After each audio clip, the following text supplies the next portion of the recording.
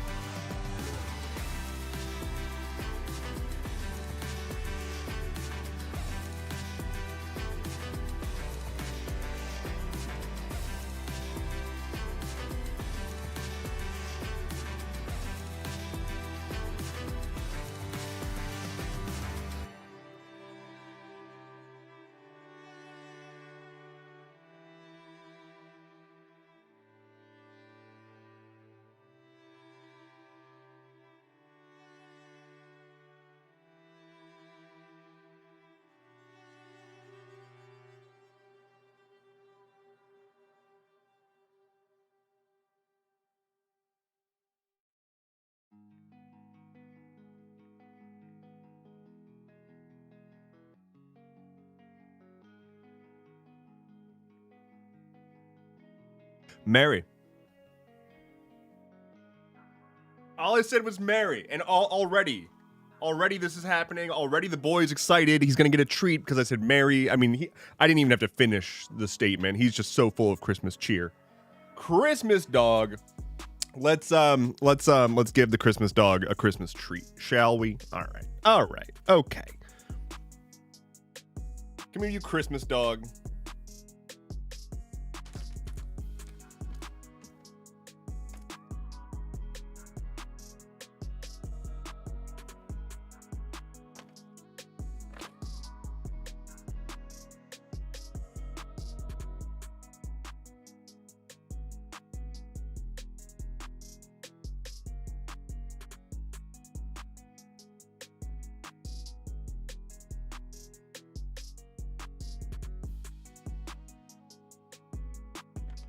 It is a Crimbus miracle. It's a Crambus miracle. How is it going, everybody? My name is Endeavorance. It is Wednesday and the day before Christmas, which means it's December 24th. And I think at this point, we don't even need to talk about the year because it's almost out.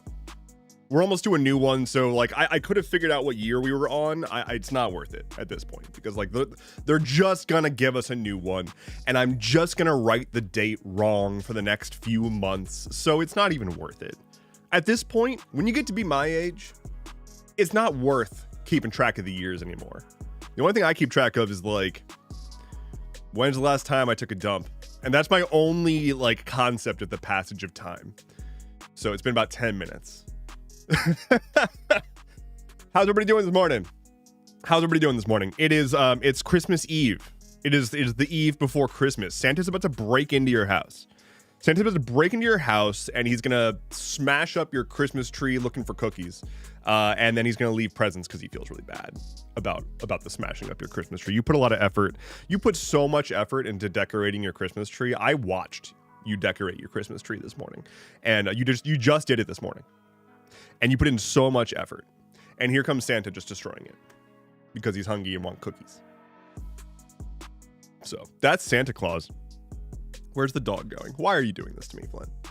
Oh.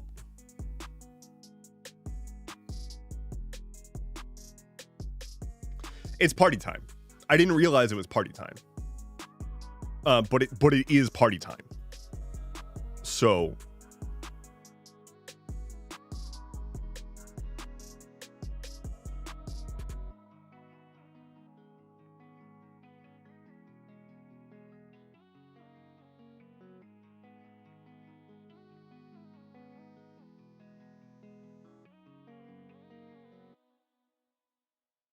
It's Christmas, dog. Gotta get them Christmas belly rubs.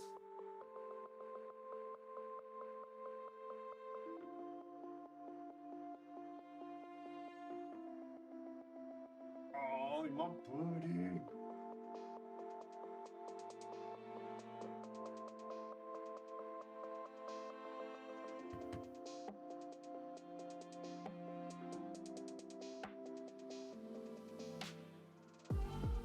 He's got a good thud to him. He's got a good thud. Now my hands are covered in dander. Hold on.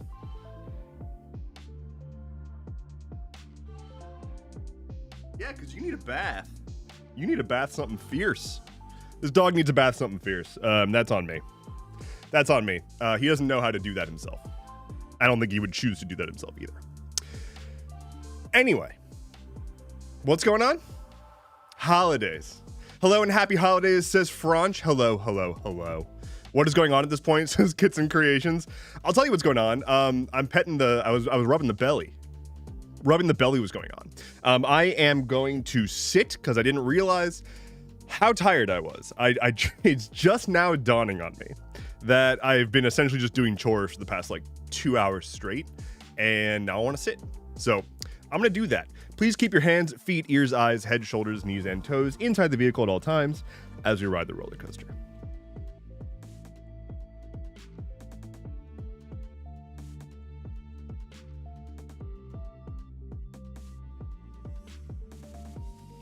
Damn.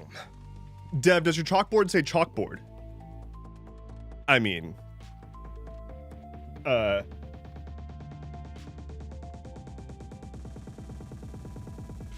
it does a little bit. I mean, it sort of does. It's like the chalkboard sort of says chalkboard on it. The answer is yes, it does. That is what the chalkboard says. Go in your bed.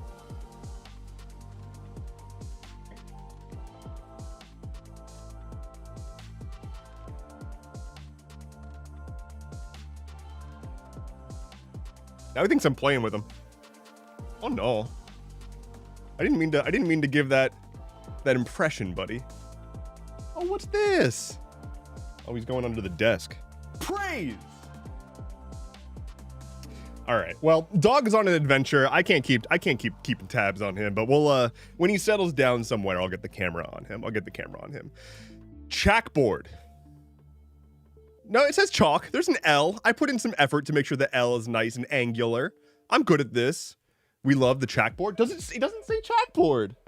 It doesn't say chalkboard. I take offense. Hold on. Look.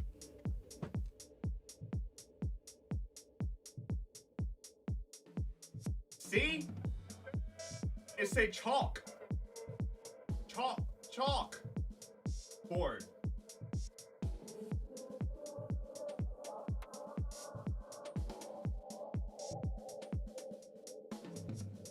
Wow, look at this nice bed that a dog could be laying in if he wasn't just under my desk. Anyway. I actually had an idea. Which is that I want to start doing a like sort of series gag kind of thing where I use the chalkboard like to do like lessons, like be a teacher, write stuff on the chalkboard. I love chalkboards. I'm a weird freak. It's probably because of my brain being like abnormal. But you know that sound of like a good writing utensil on a good surface. You know what I'm talking about? Like you get a nice pen on a clipboard. You get a good smooth piece of chalk on a chalkboard. Whiteboards are tragic. Whiteboards are fucking tragic because they're essentially silent. There's no smooth feel. There's no hand feel to it. It's just like silence with squeaks every once in a while. Smells bad. That's correct, former Future Frog. And the markers are always out of ink. And it just fucking sucks. Meanwhile, yeah, a chalkboard gets a little dusty, but you write on that chalkboard, it's gonna be like there's nails on a chalkboard, but chalk on a chalkboard? Oh my God, sign me up. Sign me the fuck up. I just love the sound of things, drawing on things. So I do love me a good chalkboard. Ever since I was a small child. I remember being a small child in school and being like, all I want in my room is a chalkboard so I can draw on it. But also I feel like that's a pretty fair thing to want as a kid because it's just like, I want to draw all over the walls. Dip the chalk in water before you write on the board and write while it's damp, crispy clean. See, I've never dipped the chalk in water, but I have used like wet erase things for board. And it always feels good after that. Got to do the dashed lines trick. Took me forever to practice it. What's that? What is the dashed lines trick? Is that where you like dot your hand sort of as you're going? I've got that Mario Party muscle memory. I can out tap anyone any day.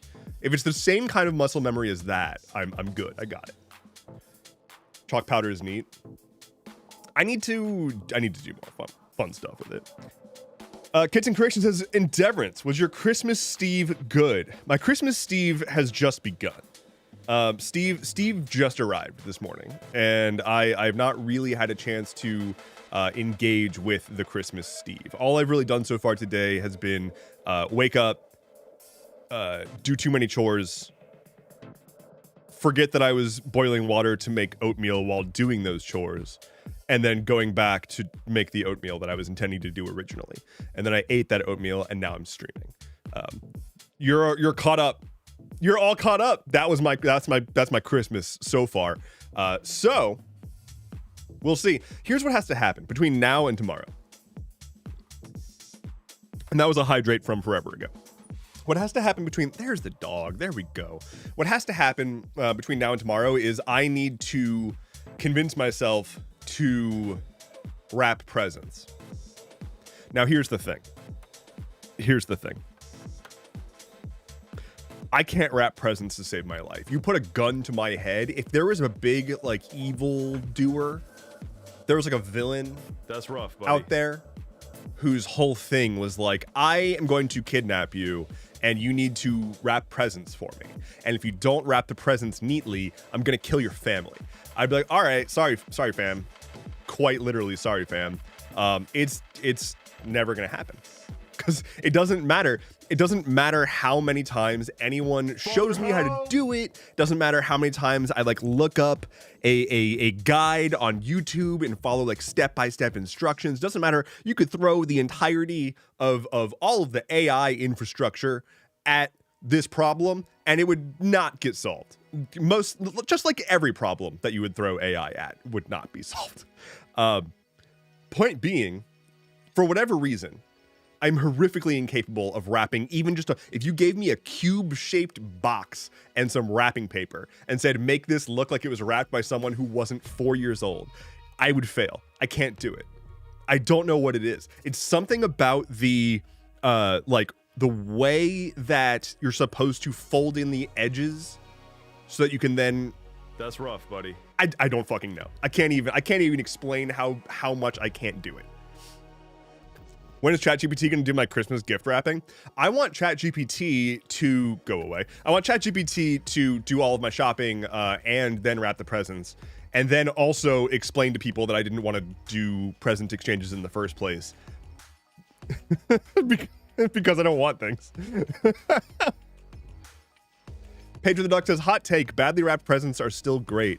My solution to this problem has been, I've seen a few people say bags. Bags are great. I agree. Prefix and whoever else said bags. My solution has been lean into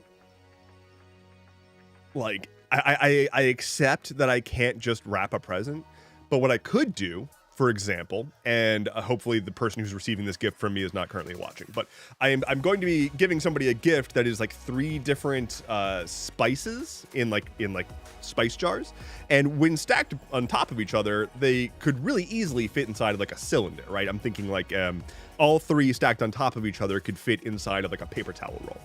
So what I wanted to do is put them in a paper towel roll, wrap that, and then paint it, and put a piece of like twine coming out with a frayed edge to make it look like a stick of dynamite. So it's like, here's your present. It's like a stick. It looks like a stick of dynamite. That, like, I can do that, right? Like I could do like take something and try to make it into like a craft project, but I can't just wrap a present.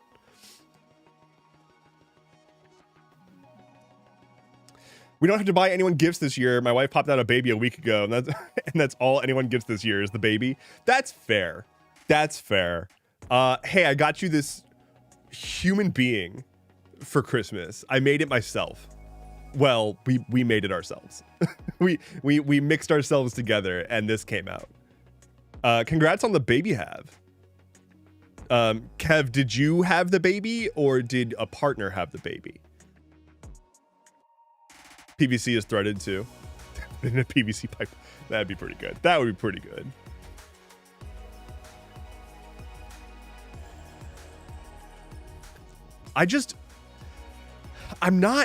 It's not that I'm a Grinchy boy. It's not that I'm a Grinchy boy. Gift giving is great. Gift giving is good and great. I don't want stuff in general, and I don't want people trying to find stuff for me that I don't want to begin with, and I don't want people spending money on stuff for me that I don't want to begin with. It's just kind of like all like, I just don't, if I need something, I'll figure it out. I don't know. Like I like gifts that are like, I would have never even thought to do something like this for myself, but I don't want a gift that's like, now I'm responsible for this fish tank.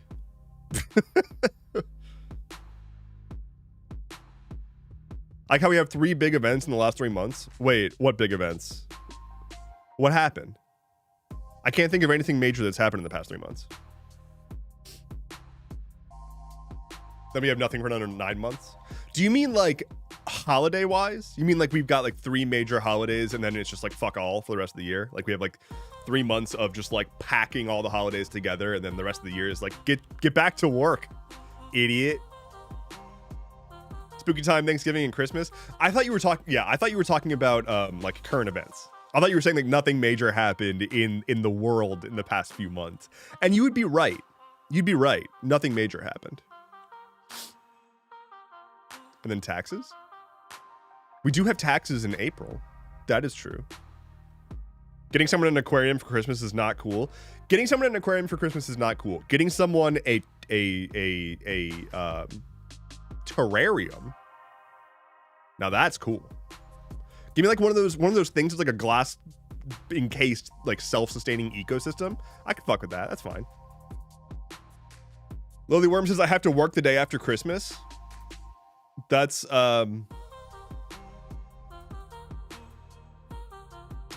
that should be illegal. That should be illegal. I agree. I actually don't know yet if I'll be streaming the day after Christmas. I think I probably won't be, but there's a chance that I will be. I don't know yet, actually. So if I do, we'll be working together at least. A fish tank as a gift is only cool if you like keeping fish.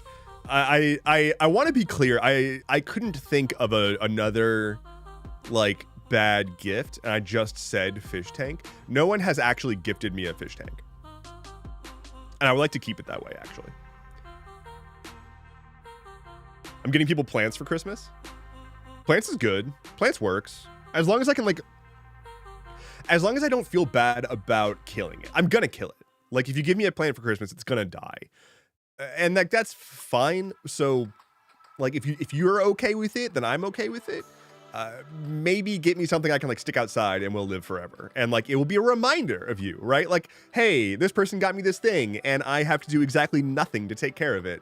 And every time I look at it, I remember them. Great, wonderful. But it's gonna die. I feel fucking terrible. I was given a cactus thing that was supposed to be like a good luck charm, and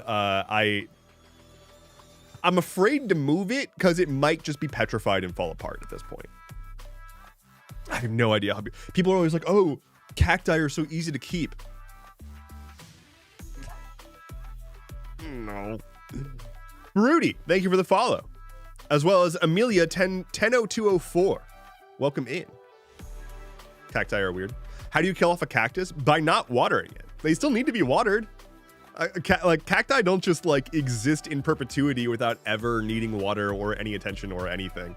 And like I've had various cacti where I've like really tried, and I followed all the instructions about like you're supposed to water it this often with this much, and it still fucking died. Like it still was just like I am either overwatered or underwatered or both. I had a boss who was so proud about keeping a plant alive for a year, but it turned out it was plastic, and he was very disappointed. Skill of hip, that's incredible. That is wonderful.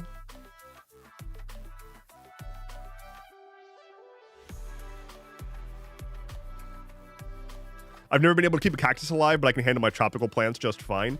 J-Pulse, at least with tropical plants, it's like, you know what they want, right? They want like torrential downpour all the time, just constantly. So just do that. If it was the kind of thing where it's like, I can, you know, every morning I refill my water bottle, right? And like I usually dump out, like I always fill it before bed, and whatever's still in there before, or that was left in there overnight, I just dump out. If I could just dump it out into a plant instead, like put that next to my sink or something, I'd be able to probably keep that plant alive. As long as there is essentially no upper limit to how much water I can give to it, as long as I can just kind of like, sort of like the scene from, and like fuck Harry Potter, right? But there's that scene from Harry Potter where it's like Dumbledore has to keep drinking the poison, And he's like, I can't do it. And Harry's like, drink it, motherfucker. It like that. Basically that, but with plants. The only reason I brought up that scene is because my brother once came up with I think what movie was that? It was that Order of the Phoenix, I think. My brother was once like, I came up with a drinking game called the Harry Potter and the Order of the Phoenix drinking game. And it's where one person is Dumbledore and one person is Harry Potter, and the person who's Dumbledore has to just keep drinking and can't stop. And the person who's Harry has to just like keep forcing them to drink. And that's the game.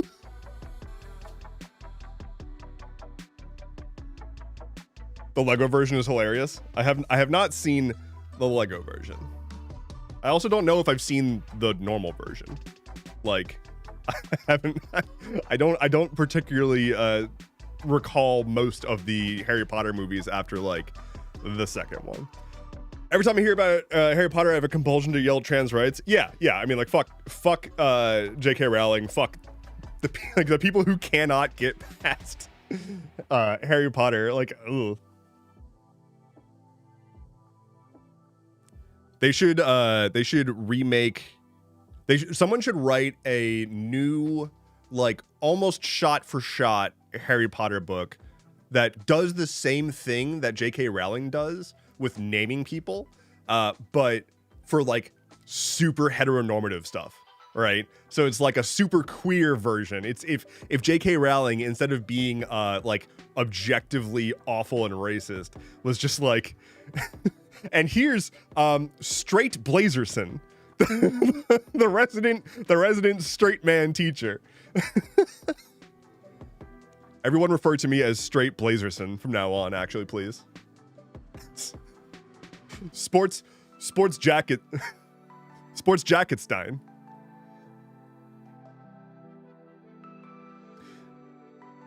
Libbles Doodle says, listen, I'm eating, I'm hydrating. I just have to have reminders like, hey, you need to eat and drink water, girly. Same. Jock Letterman. You American Dinosaur. Thank you for the follow. I didn't know we still had those. I thought they were all gone. I guess we dug them up and reanimated them. Dev is now Blaze for short. This shall never be discussed beyond here. The meta begins. I'm fine with being called Blaze. That's fair. That's fair. I feel like if I was still 14 and people were like, hey, we're gonna call you Blaze now, I'd be like, oh, this is so cool. Oh, this is the best thing that's ever happened to me.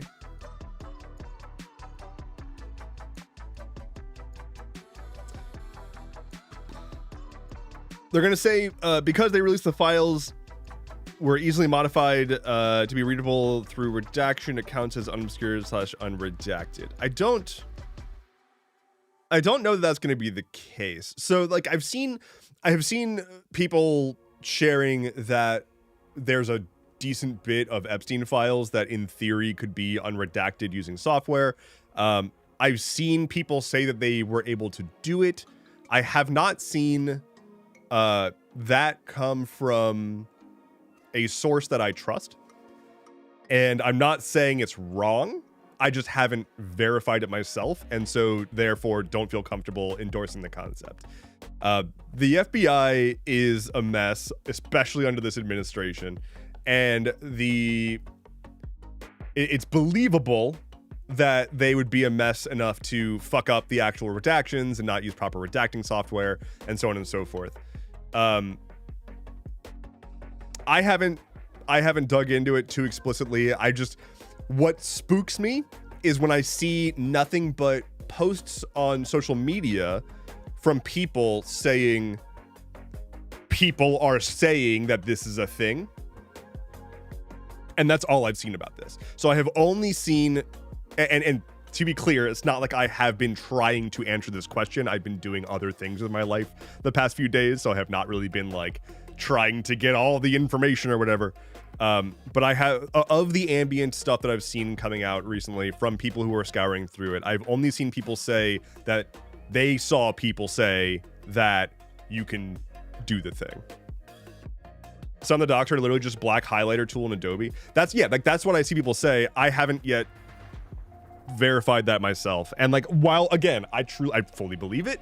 I'm not going to endorse that that's a truth until I'm able to validate it myself. Just because there's been so much, like, there's so many lies about this, and like there's so many like fake documents that are circulating around, fake redacted, like, or fake redactions. Like, there have been documents that people have taken and then redacted and then posted as if they were able to unredact it because they added redactions that people didn't look to see if they were there in the first place.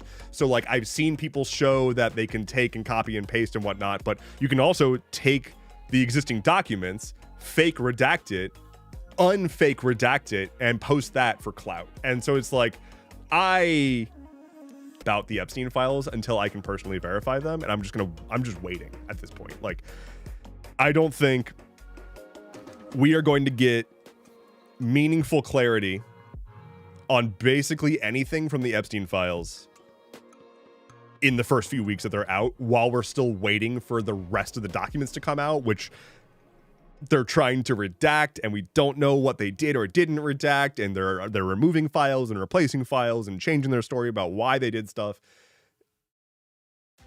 I tend to err on the side of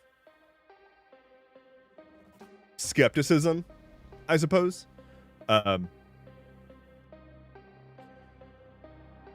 It bugs me to no end when I just see people repeating easily disprovable stuff because they want to seem like they have information that makes them a part of the in-group, right? This is not targeting anything anyone has said here. Nobody here has said anything like this, but I just frequently will see, I think it's lagged out from the video. We have audio problems? Do we got audio issues going on? I can't, if I could get a thumbs up, a digital thumbs up or thumbs down, I would appreciate it. But audio cutting out, talking about redactions, that's great. That's super good. Super good. Anyway, so I see a lot of people who like run to the comments of whatever video or what have you, and they're like, oh, but I heard blah. You know, we saw it. Here's a good example that's not as touchy as the Epstein files, but it's still pretty touchy. The stuff that's happening right now with Expedition 33, blueprints, and the Indie Game Awards, and the accusations of usage of AI. It went from like, oh, okay, Expedition 33 may have had some AI generated textures that were used as placeholders that were patched out of the final game, and that has turned into Expedition 33 was made with AI, and like it's shrunk to that, right? And when you do that, it completely drops all nuance and context whatsoever. And so then another person comes along and sees Expedition 33 was made with AI, and they interpret that as they generated the game.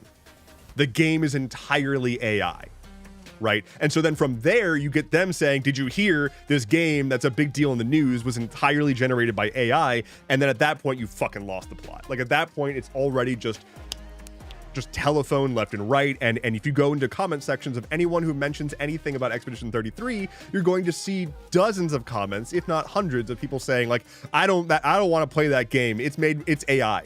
They say it's AI. And like, that's just crazy. That is like, we've so fucking lost the plot. Like, I get the anger against AI fully. Like, I am there with you. You need to understand what you're mad at before you can be mad at it. Like, you can't just see something in the same sentence as the letters A and I and then start sending death threats to video game developers.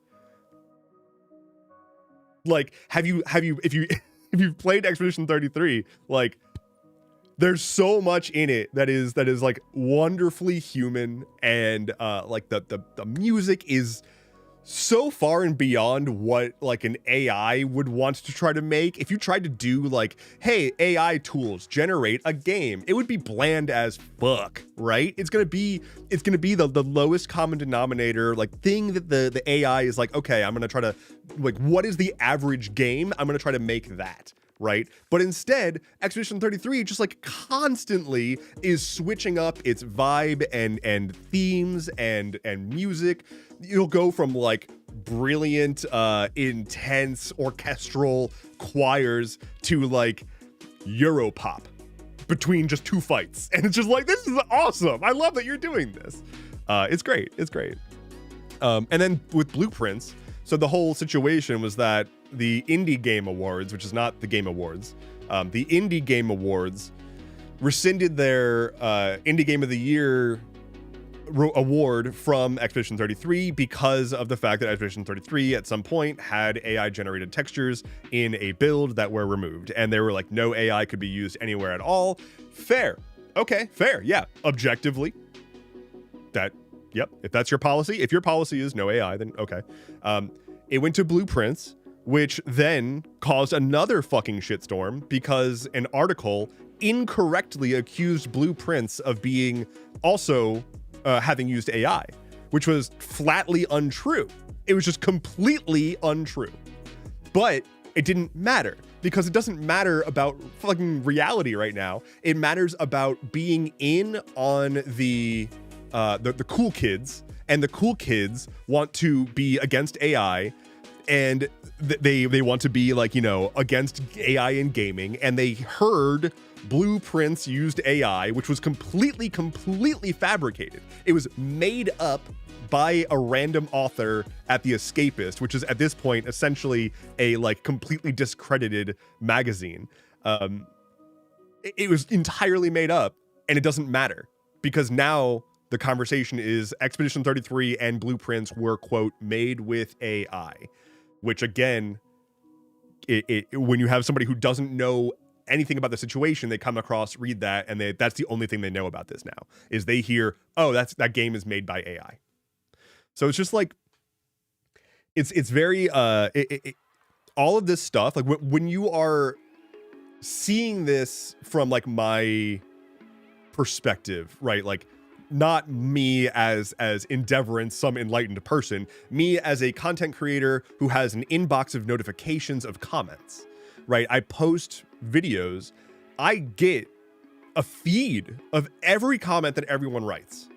And I can't keep up with all of it, but that means that every time that I open TikTok or I open whatever app, you know, YouTube comments, whatever, I see those comments like at least in part, if not going through and reading all of them to like and reply.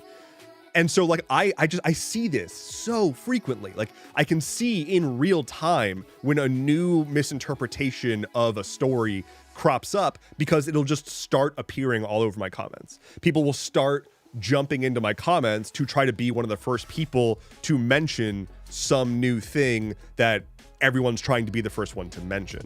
And then we just have people running around just saying things before they even think about what they're saying, and we don't even know why anymore. We're just doing it just because. So it's just like, it has made me be extremely cautious about any and all unsubstantiated claims just about stuff.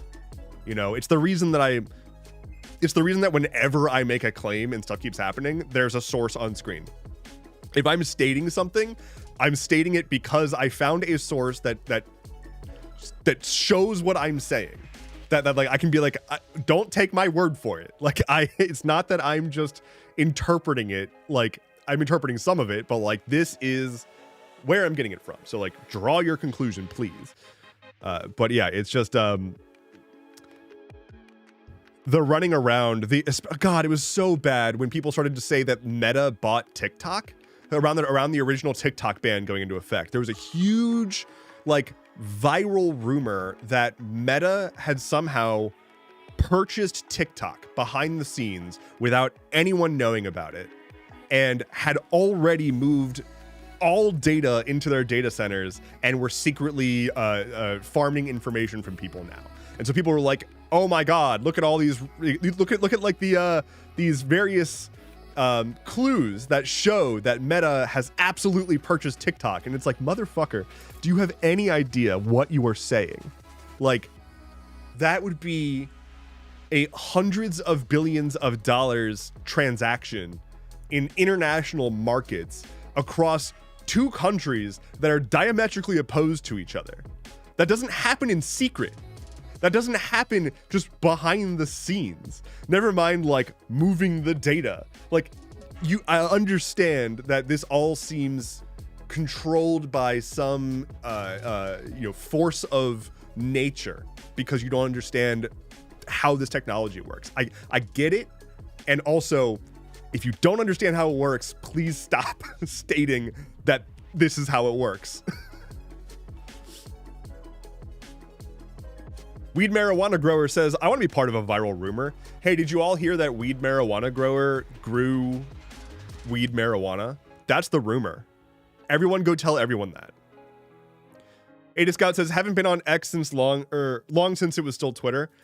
Yeah, I saw that cat. I think her last name is it pronounced Abugazale? I think. I've tried multiple times to internalize. Anyway, she recently got her campaign off of Twitter, and I knew she was there, I guess. I really, really, really do not understand. Well, I do understand. I understand why politicians and whatnot are on Twitter, because it's fucking like, they think that that's where the cool kids need to be. Here's what gets me. It's fucking crazy that, especially now that Twitter was purchased and taken private, that we would lean on it as an official form of communication. Why is it that the government of the United States or of any country would have an official Twitter account as a primary method of disseminating information? Why do members of Congress go to Twitter to do international policy speculation and announcements of whatever? Like, there exist systems for our own government to host its own status updates. It doesn't even have to be social media. Like, we shouldn't be in a place where the like political class are all members of a privately held social media network that blocks you from reading its content unless you have a fucking account. Like we shouldn't have been doing it before it was purchased by Musk. Like, we shouldn't have been doing it before it was brought private. And we definitely shouldn't be doing it now. But they've essentially tried to synonymize it with, like, if you are on the right, this is your social media platform. And then Democrats are like, oh, but we don't want to be left out, so we have to be there too.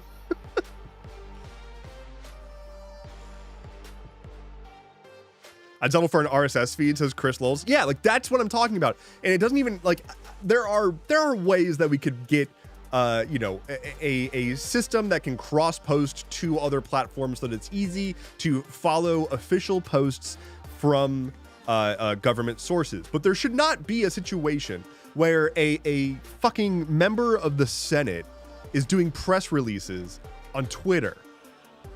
Like, that should not be the source of truth. Everything else about X is bad, though. I mean, like, yeah, everything about Twitter is fucking messed up at this point, especially. It was like, Twitter was a disaster before, but it was a disaster that, like, it was a self-understanding disaster. Now it's just a disaster with no real purpose. Can we go back to PHBB? That would be ideal. That would be ideal. Remy says, it's the great parsing based on beliefs relocated to individual platforms for each. So I've said this before, but my internet hot take is that it should be against the law to have a website that has over 1 million users.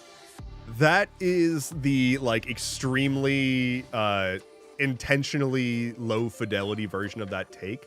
But essentially what I'm getting at here is if you run a social media platform and your user base is at the scale of a small or larger than any country, there should be some more significant regulations. And so like, I don't think that we should have Meta and Instagram and Twitter. Like, that should be essentially illegal. It should not be the case that like a single private entity plays host to hundreds of millions of people posting shit online. That's crazy. That is not what the internet was designed to do. It is that is designed to subvert the like basic infrastructure of the internet for the purposes of coalescing everybody into one place to tell them ads. And that's the only benefit there. Like, that's all that it does.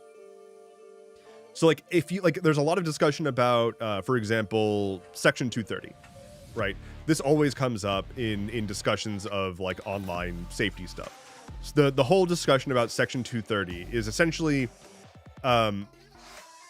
there's a provision in US law that says that platforms, like social media platforms or publishing platforms on the internet, basically, are not legally responsible for the content that's posted to their platforms by their users, unless they are like curating that content or you know, publishing it in an official format of some kind. So like, if you run a website and some dude named I am totally not the president signs up for your website and starts posting kiddie porn because that's what they're into, without Section 230, the owner of that website is legally responsible for the kiddie porn that was uploaded by the user.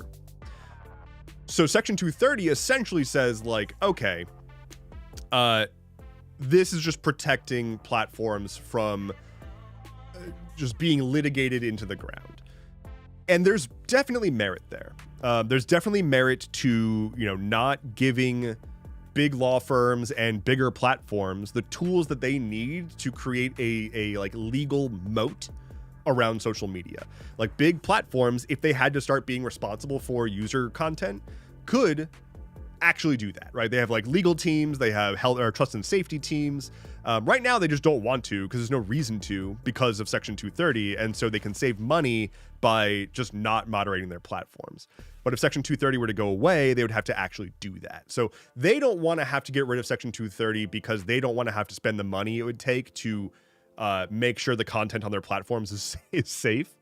But also removing Section 230 would make it virtually very, very difficult for smaller platforms to exist without just being sued all the time. That said, if you are a platform with millions of users and you're just like, yeah, there's some like child porn and Nazi content and whatnot in there, you know, we'll deal with it when it comes up. Like, hey, you are not responsible enough to have a platform with that many people on it. That's not okay. Like, that's just not okay. Or yeah, or bots, or like,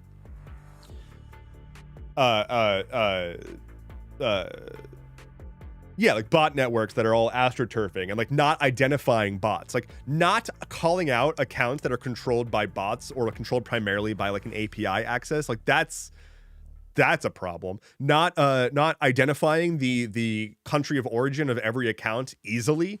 That's a problem. Like even the change they made to Twitter to add country of origin in their like about section of a profile. If you look at an app from like China, for example, if you look at like Xiaohongshu, the Red Note app, every single comment, there's a flag next to the person's username that shows you their country of origin. Just right there. There's no guesswork involved. It's just this person is posting from this region of the world. And that's super helpful. Like, that should be the case. If you're going to host a large international multi-million user service, that should be baseline, right? Like, you should know who you're hosting, even at that scale. Not just country of origin, inland is also known, or it's also what region of China. Yeah, like you get like actual info. Imagine if you could like in the States, if you could see like, oh, this like all these people who are posting claiming that they are members of New York City who are pissed off about the congestion pricing. Oh, turns out they're posting from Mississippi, right? Like, that would be so helpful.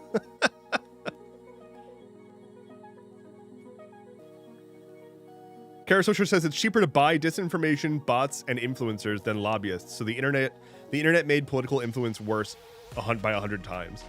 Yeah, it's bad. It's also made worse by the intensely, like, how rapidly growing tech illiteracy is. Like, the entire generation of social media platforms and apps, like all of these companies that kind of came up around the era of like the appification of everything, they all are trying as best they can to keep you afraid of every other app and the broader internet. Like, they don't want people to know how their devices work. They don't want people to know how to take control of their devices. They just want you to use their app the way that they can track you best. And that's it. And so they want to keep people in a state of like, I am at their mercy. You know, how often do you see people like complain that like, oh, this so-and-so app updated and it's different and now I hate it, but I don't really have an option because reasons. Like, yeah, you do have options. You were just screwed out of understanding how to use those options. And that's not your fault. It's the problem of like a horrific lack of tech policy in this country. And so we've just gotten to the point where it's like, we have to beg and steal for right to repair laws at this point. And it's like, that should not be a thing that's controversial. It should just be default. Have you heard about the YouTube AI moderation shenanigans? Something about that, I think like I've seen that they're rolling out new features around like automatically enhancing your audio and video quality. I also am now getting AI generated summaries of my comments sections, which is that's like how I feel I don't have an alternative to YouTube. Yeah, I mean, like, YouTube is a slightly unique situation where like it is a super monopoly, right? Like, there's really not an alternative for just uploading arbitrary videos to the internet sort of without limit. That said, there are alternatives, and like one alternative is in the super extreme. I'm working on a YouTube alternative for my own content for people who want to watch my stuff without having to be on YouTube. But on the other end, you've got like other video hosts, you like Vimeo, or just like posting a video in Google Drive and sharing that link, or Streamable. That's the other one. Streamable fucking rules. But video is difficult, right? Like, video is difficult because it's very, very expensive to host and it's very, very expensive to stream. But I would also point to like the world that we're in right now with apps like Dropout, where we're seeing entertainment companies sort of make their own lightweight video streaming platform. And it's sort of like almost like a pay-per-view. It's just like, you know, get what you want. Yeah, stuff like Nebula or Dropout or Beacon. Is that one of them? Unclear. Like, we're seeing people start to figure it out, right? Because people have identified that YouTube is a huge bottleneck. YouTube is a huge bottleneck where it's like, I want to be able to upload video, and the only reasonable place to do that is YouTube. But also, that gives them so much power. And like, never in the history of YouTube has anyone been like, I feel very comfortable letting YouTube have all this power over me and my future. So I think we're starting to move in that direction. There's also other options like PeerTube and shit like that, but I think that still has quite a long way to go.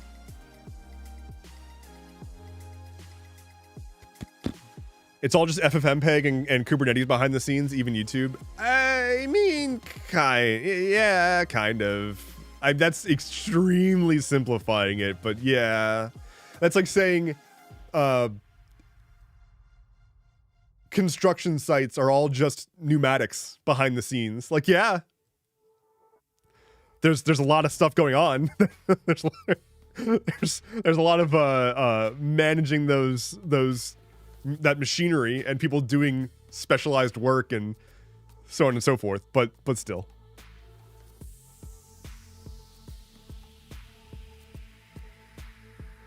Or Rumble becomes an everyone app really fast.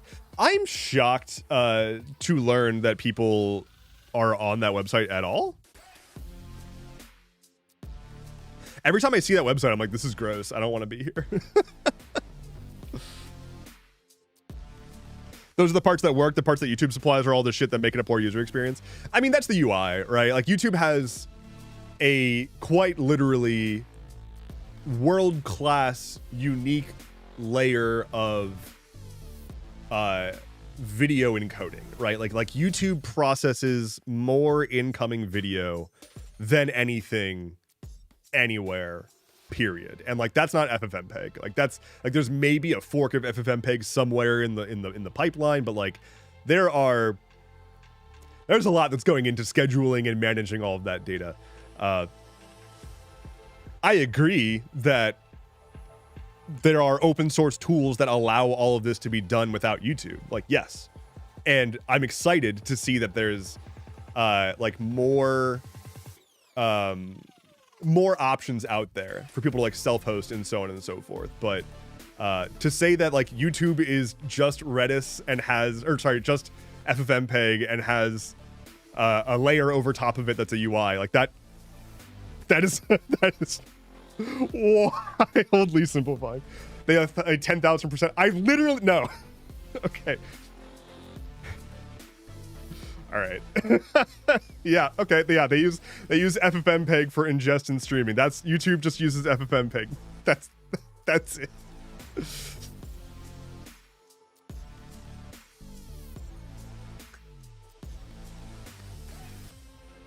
They put bug reports in the repo. Yeah, because they are tracking FFmpeg.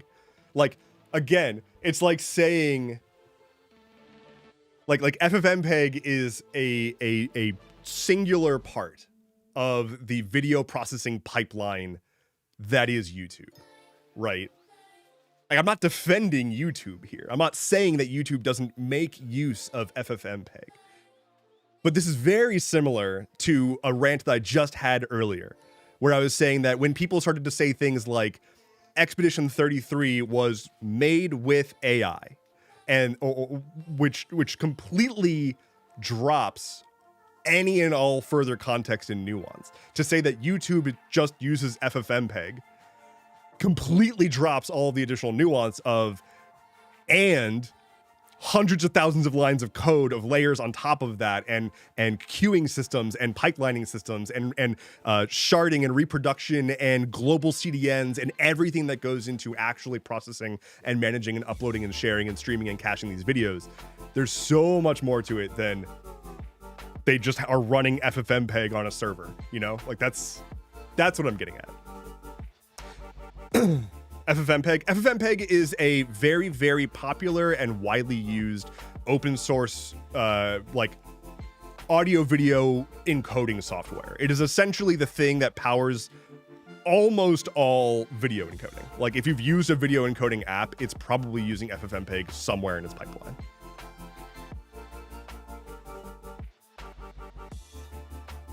All of YouTube is one singular binary switch. If 0, no video. If 1, yes, video. Yes, video. Video here. FFmpeg is my favorite category on Pornhub. Same, totally. Ali V14, welcome in. Thank you for the follow. Yeah, FFmpeg is up there with like curl and the dudes that keep the spreadsheet with all the time zones in terms of holding together the world's technology with duct tape. Like there's essentially some dudes out there with a spreadsheet with like every time zone, and like that is how we handle time zones across basically all technology.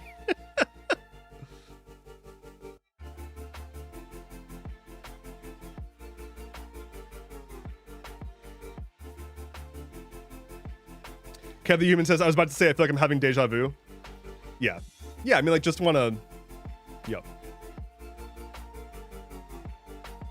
Zirin just naming technologies now. Just doing it. Although you said Redis. Well, bam! Get out of here with that shit. We're a Valky family in this house. Valky is literally just Redis. But with, what is it, BSD instead of their dumbass new... proprietary license. How fragile is the internet? Pretty fragile, but it's more from like the fact that a shark can just like kind of fuck up the entire internet if they really wanted to. Like the biggest issue is more about undersea cables getting fucked right now than anything else. But like we're always essentially one supply chain attack away from the internet going down. And like we see this frequently. We're one DNS configuration away from half the internet going away. And that happened multiple times this year in AWS and so on and so forth. God, are you a BSD cave dweller? I don't know what you're I'm going to stop talking about open source software licensing now, I think. I'm not going to get into philosophical discussions about various software licenses. If it makes you feel any better, I license almost all of my personal work with AGPL. So like, use that as how you may. Look up the Morris virus during early internet days. Yeah, like we're not so much in a place where it's like someone's going to release a virus onto the internet and we're going to be all destroyed. Like that's not really how the situation is anymore. But we are one junior engineer who doesn't understand what ChatGPT wrote for them away from crashing the entire internet at all times. Like always. And that keeps happening between Cloudflare and AWS. Like that keeps happening all the time. So like that's going to continue to be more of a problem, I think. Like the issue of junior engineers getting overconfident with the output of AI generated code and configs and whatnot. Like that is a huge issue right now. And like if you've ever been in a position where you were responsible for the shipping of code written by junior engineers and like you were above them and you know the buck stopped with you, I don't want to do that with also having to deal with overly complex bullshit that they thought was good that ChatGPT wrote.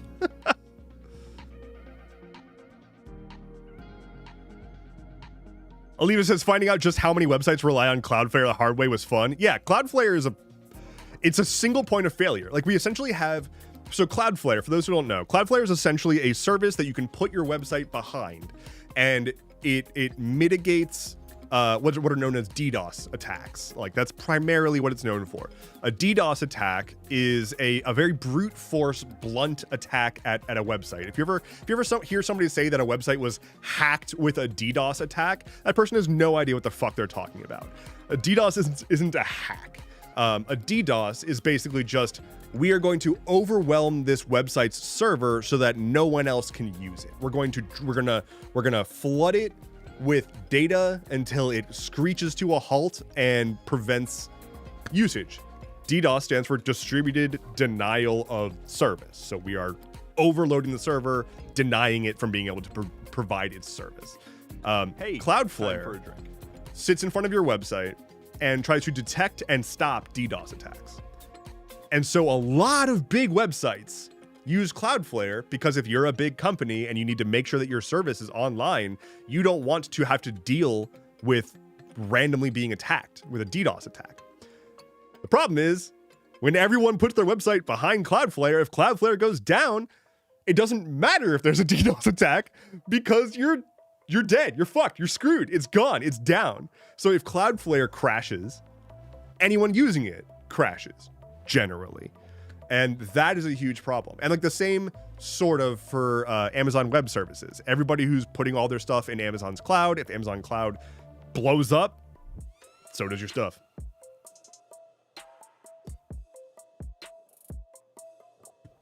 Ugh. So you're saying someone should DDoS Cloudflare. That won't work. Cloudflare's infrastructure is far, far, far too strong. They recently mitigated what was it?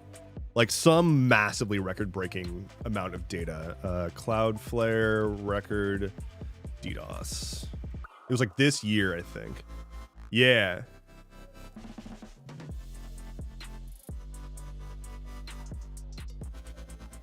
How Cloudflare blocked a 7.3 terabits per second DDoS attack.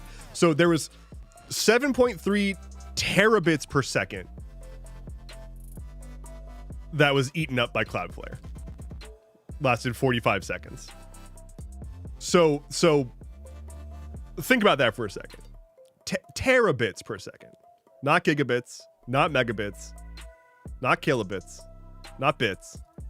Terabits per second, all directed at one server, and Cloudflare slurped it up and kept the stuff going. So like that is why people use it, right? Unfortunately, there are other ways for your website to go down than a DDoS, and Cloudflare is not immune to that.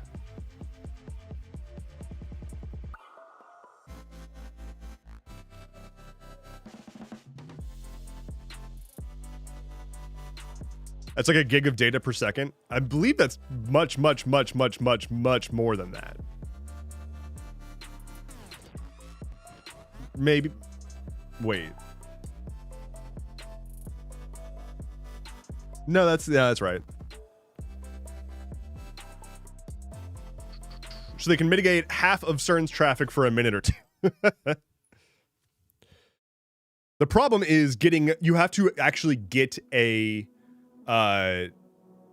network of machines that can do the attack, right? Like you can't just sit at your computer and say, I want to DDoS a website. I'm going to try to upload a big file to it or something like that. Like you have to essentially have a giant network of dummy machines that all make various requests at the same time, completely overloading the server. So you need like millions of these. And that's what these a lot of hackers use internet connected devices like thermostats and stuff, where they can use devices in your house. They don't need to be powerful. They just need to have access to the internet and be able to make a request to the internet. And if you have hundreds of millions of thermostats at your disposal, and you can say, I want every thermostat to try to contact one server, there you go.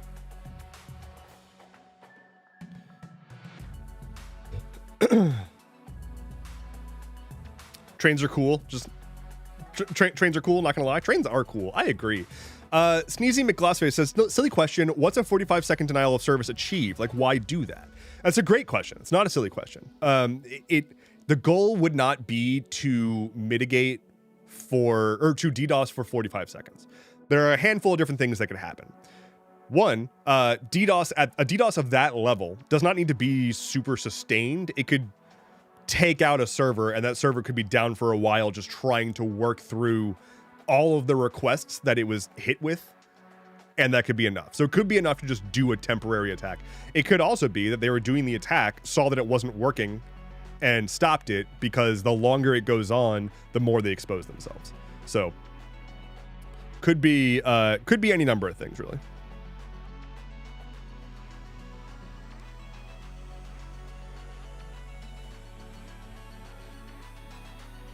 Who loves insecure IoT devices? All of us. Love it.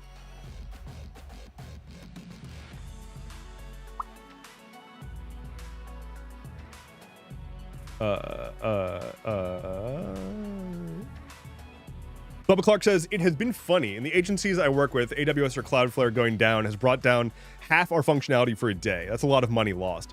Yeah, like when I worked in tech still, like I would be, you know, go in for the day and not infrequently it would just be like, oh, hey, you know, these core services that we depend on are down because Cloudflare's down. And so it's just like, well, I guess I'm not working today. Whoops. We had for a while, we had like just, oh my God. What company was this? I think it was Stripe. We had just done a thing where we had shifted all of our development to cloud machines. So like, you know, if you have a sufficiently complex piece of software that you're working on at a company, you can get to the point where, especially now, it's easier to just spin up a server in the cloud that is pre-configured to work properly and use that as your development environment to build the software using a random server instead of trying to make everything work on your laptop, because that, you know, requires a lot of maintenance. It's a lot easier to just say like, okay, here's a working copy of the code, just put that on a server and I will work on it there. And when I'm done, then I'll push the code back into the code base. We had just gotten everybody switched to all these cloud server development boxes, and then AWS went out. So we just had a day where it's like, well, nobody can access their development box. I guess we're just fucked. Like, I guess we just can't work today, which is pretty funny because it's like, that is how tech used to work. It was like mainframes and terminals, and we're just back to that now. Contact a smart coffee pot and have it tell you it's a teapot. Yes. Oh, that's a good deep cut. Hold on. So this is a classic. Let me see if they have it here. Yes. Okay. So y'all are about to get a lesson. You're about to get a lesson in the internet. And honestly, this is a good preview because my intention is to I intend to start doing videos about like tech in addition to Stuff Keeps Happening. So like tech explainer stuff and just like science explainer stuff in general. So here's a little preview. Let's talk about HTTP status codes because there's a good joke and you need some context. So here's some technical documentation for all of us to enjoy on this Christmas Eve. HTTP response status codes. You know 404. You know 404, right? 404 not found. That is an HTTP status code. That is a universally agreed upon number that a server sends to your computer to say, I don't know what you're looking for. I don't have that. So that is a status code. The most frequent that you're going to see are 200, 404, 400, and 500. So 200 means, okay, here you go. Everything's solid. Everything's good. Here's the thing that you wanted. 400 is you fucked up. You fucked up. Why would you ask me that? I'm not answering that question. 404 is, all right, yeah, you asked for this thing, but I don't know what it is. And 500 is, hey, dude, I'm sorry to say, I fucked up. I fucked up big time. 500 is the server broke. So those are HTTP responses. Those are the big ones, right? But here's a big list of all of the specific ones. So you've got like 100 is like we haven't finished up yet, right? So all the hundreds are like ongoing connection stuff. All of the 200s are successful responses. So 200 just means like, cool, everything's good. 202 accepted. 201 created. So positive things are going normally responses from the server. 300s are redirections. A 301 means, oh, you tried to go to this web page. Well, that doesn't exist here anymore. It exists over there now, and it will always be over there. So update your address book. 302 means, oh, hey, yeah, I know where this is. It's going to move eventually, but go over there. The point I'm building to here is when we get to the 400s, we've got, as I said, 400 bad request. 400 means like, hey, I don't like what you just sent me. I'm not going to do that. 401 means I don't know who you are. Get out of here. You are unauthorized. If we get to 418,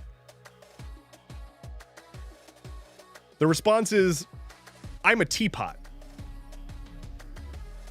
418, I'm a teapot, is a status response code that indicates that the server refuses to brew coffee because it is permanently a teapot. A combined coffee/teapot that is temporarily out of coffee should instead return a 503. The error is a reference to the hypertext coffee pot protocol defined in the April Fool's jokes in 1998 and 2014. So there is an April Fool's specification for HTTP status codes that is so widely agreed upon that it's in the official documentation. And the gag is, if you were to try to make an internet request to an internet-connected coffee pot, or an internet-connected teapot, and you asked it for coffee, it can return an error code saying, I'm not a coffee pot, I'm a teapot. That's the joke. That's literally it. But it's just so lovely. Nice little piece of nerddom that I think is fun to know about.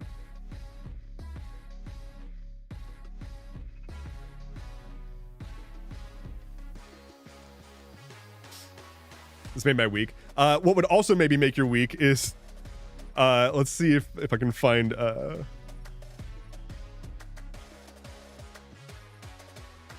try to find the actual, yes. There's an alternative one that I also very, very much like, where some people have used error code 420 to mean that, you know, it's like, you know, didn't quite work. But my favorite interpretation is 420, enhance your calm. The 420 response code, enhance your calm, is an unofficial error that it's usually used to say you're doing this too much. It's usually used as a rate limit. Like, you've made too many requests, calm down. They'll send a 420, enhance your calm. And it was, I think it was sent by, made by Twitter. Or originally, I think it was originally, you know, coined by Twitter. But yeah, 420, enhance your calm. And 418, I'm a teapot. So good.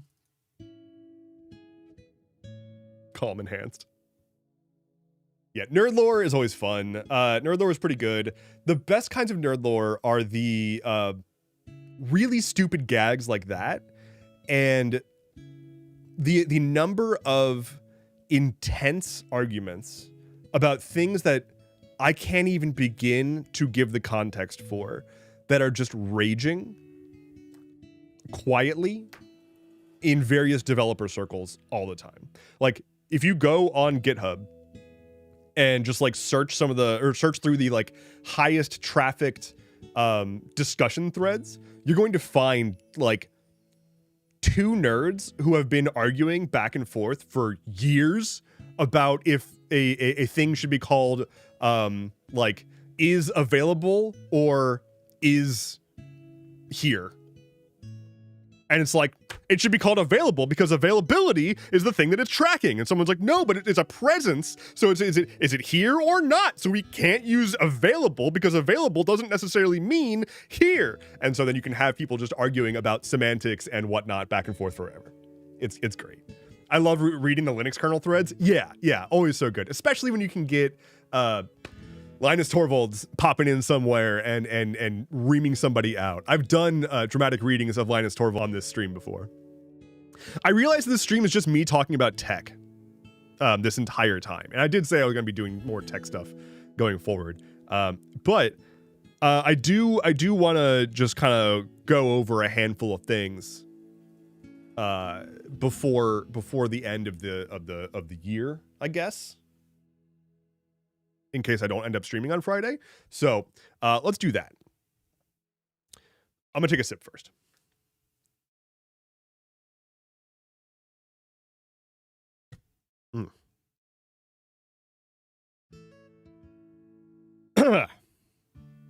First of all, thank you all so much for an amazing year. Holy shit.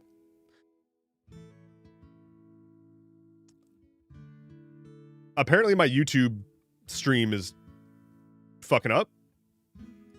Sorry about that. and my Twitch stream is fucking up. Is this just all my fault? Am I just the worst right now? I'm so sorry, everybody.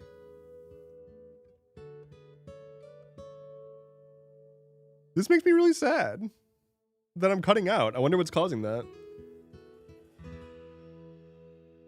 Maybe Santa? Maybe Santa's causing problems? Anyway. So, thank you all so freaking much for an amazing year. I was not expecting to be approaching 60,000 followers on YouTube, for one. I was not expecting that I was going to be able to do cross-streaming, bring in so many new folks to the community, start having like consistent viewership on my videos on YouTube. My goal for this year was like 20,000 subscribers on YouTube. And like I said, I'm coming up on 60. And I'm like incredibly grateful for that. I have a lot of things I want to do. And Stuff Keeps Happening is just one of the things. I do a lot of different stuff, and I care about a lot of different stuff. And frankly, I don't see myself as a newsboy. I know that that's what I am. And I know that's how people see me. And that's fine. But it's just not the way that I operate. It's not, I don't wake up in the morning and think, what headlines can I put out there today? That's not my approach to Stuff Keeps Happening, and that's not my approach to content in general. My goal is not to become the world's foremost online newsboy. It's just not interesting to me. The reason I do Stuff Keeps Happening is because I spent a long time learning how to navigate the news and how to not just come to a screeching halt at all the terrible shit. And so if I can use what I have learned to consume, contextualize, and share and make whatever sense I can make of what's going on in the world right now, I want to do that.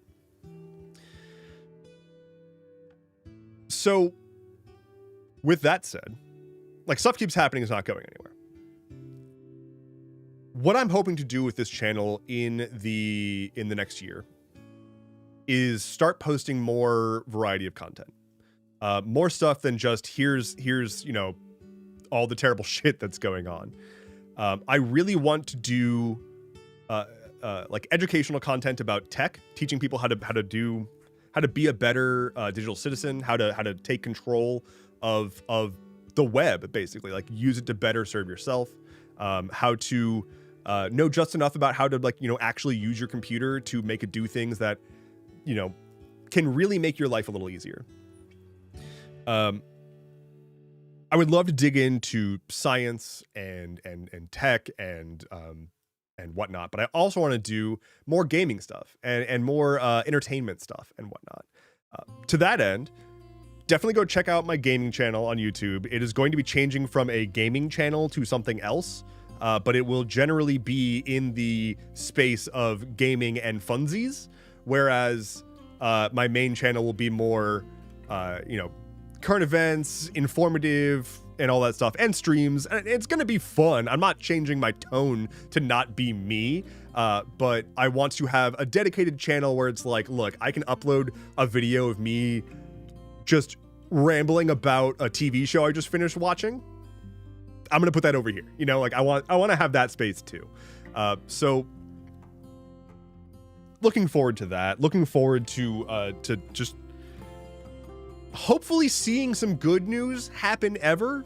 You know, when I started doing this, I had other projects that I really wanted to follow through on. I was building a tabletop role-playing game for a while, and I made a lot of progress on that, but this year I had to choose to indefinitely table that project. It's not gone.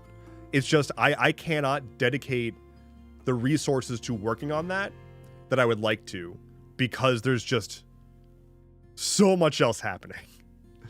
So I'm hoping that we'll start to see a bit of a shift, and if not, then we're gonna have a hell of a fucking year of content, I'll tell you what.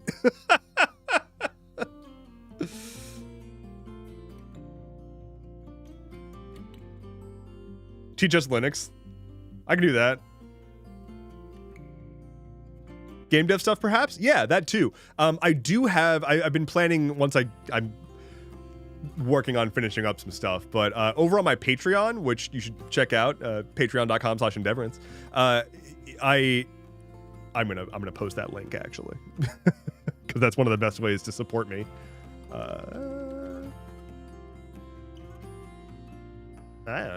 Excuse me.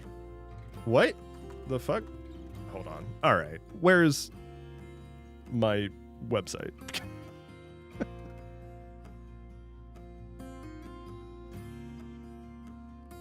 There's the thing.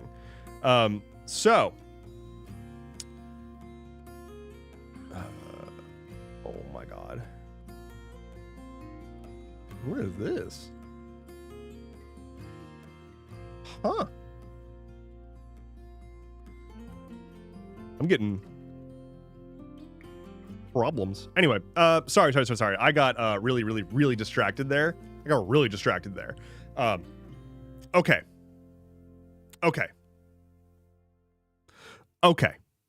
So, you don't have it linked on YouTube either? Well, I can't be held accountable for my failures. Point redeem seemed to have died. Yeah, that's what I was distracted by. I was getting a bunch of errors. Twitch kicked me off of their event subscription for a bit. Twitch glitched. Should be maybe fixed now, maybe. Seems like it. So I don't even remember what the fuck I was saying. What was I saying? Something about Linux. Yes, Patreon. The thing that I'm gonna be doing on Patreon is going through a bunch of code that I've recently written for a thing that I am not quite ready to share yet. But I'm gonna go through like, hey, I built this thing. Here's the code. Here's how it works. Here's why I did this. And I'm very excited to do stuff like that. So I'm gonna do like an experiment of that kind of a video on my Patreon. If I enjoy doing that, then I'll also post those to my other YouTube channel and whatnot. But self-hosted video game server. I've written video game server infrastructure. Does that count? What are the divine tokens on your Patreon tiers? They are essentially a promise. I haven't finished this yet. They are a promise that once I finish a thing that I've been working on, you'll have, essentially they are redeemables for a future sort of gamified thing that I'm working on. And aside from that, they'll be used for things like if I host a Q&A event, 1 token equals 1 question. If I do a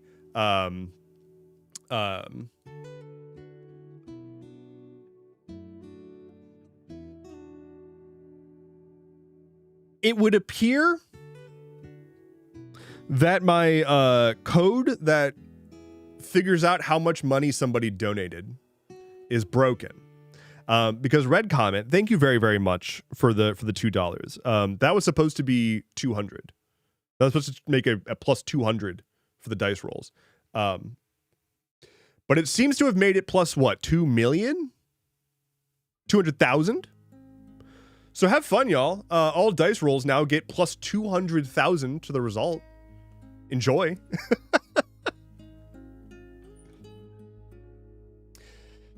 But yeah, divine tokens on the Patreon thing is just essentially a, like, you know, if an event happens, you get this many tokens to do a thing. And in the future, I'm working on a thing that you'll be able to directly redeem those at a place in which you'll be able to do stuff. I can't quite talk about it yet.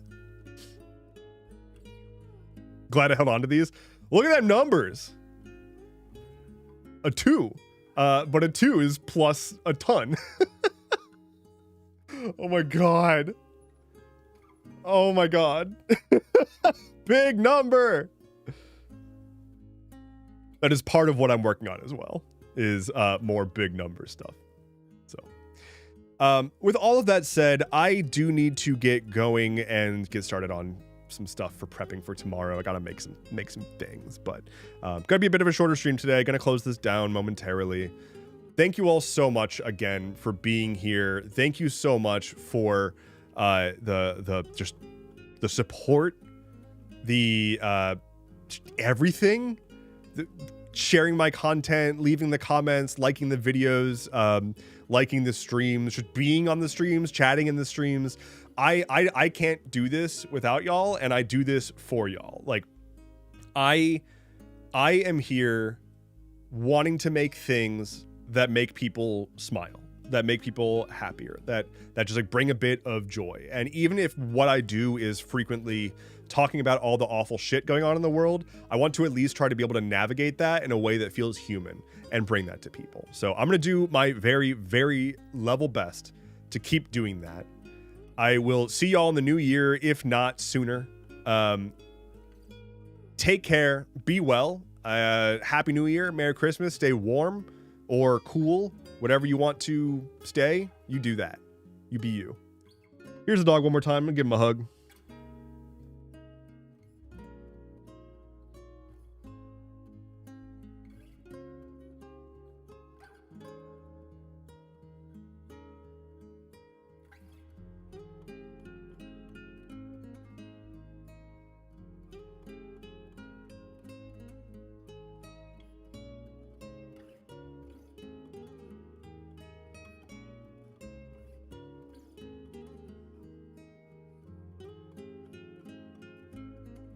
Wonderful. Praise! Wonderful. I want each and every one of you to have an absolutely wonderful day. I want you to sleep well, have excellent dreams, take care of yourself, take your medicine, drink some water, eat food, eat more food than you thought that you needed to eat because you're still hungry even though you thought you had enough for breakfast. And I will see you when I see you. Stuff keeps happening. We'll be back on the first Monday in January, I think. Monday, January 5th. And other than that, I'm on socials. Take care, y'all.